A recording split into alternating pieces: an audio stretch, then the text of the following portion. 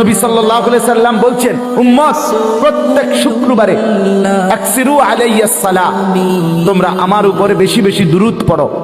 ফাইন্না সালাতাকুম মা'রুদাতুন ইলাইয়া, কেননা জুমার দিন তোমাদের দুরূদ শরীফ আলাদাভাবে ফেরেশতা আমি রাসূলের সামনে আমার রওজা পাকে পেশ করে। সেই দুরূদ কি জিলাফি দুরূদ?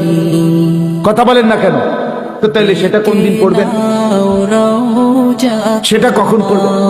নবী সাল্লাল্লাহু আলাইহি সাল্লাম বলেন, আমার যেই উম্মত প্রত্যেক শুক্রবার দিন আসরের পরে 80 বার একটি দুরূদ শরীফ পড়বে, আল্লাহুম্মা সাল্লি আলা সাইয়্যিদিনা মুহাম্মাদিন নাবিয়্যিল উম্মি ওয়া আলিহি ওয়া সাল্লিম তাসলিমা, এই দুরূদ শরীফটা আমার যেই উম্মত প্রত্যেক শুক্রবার দিন আসরের নামাজের পরে বৈশা পড়বে, রাসূল বলে আল্লাহ তাআলা তাকে 80 বছরের গুনাহ মাফ করে দিবে।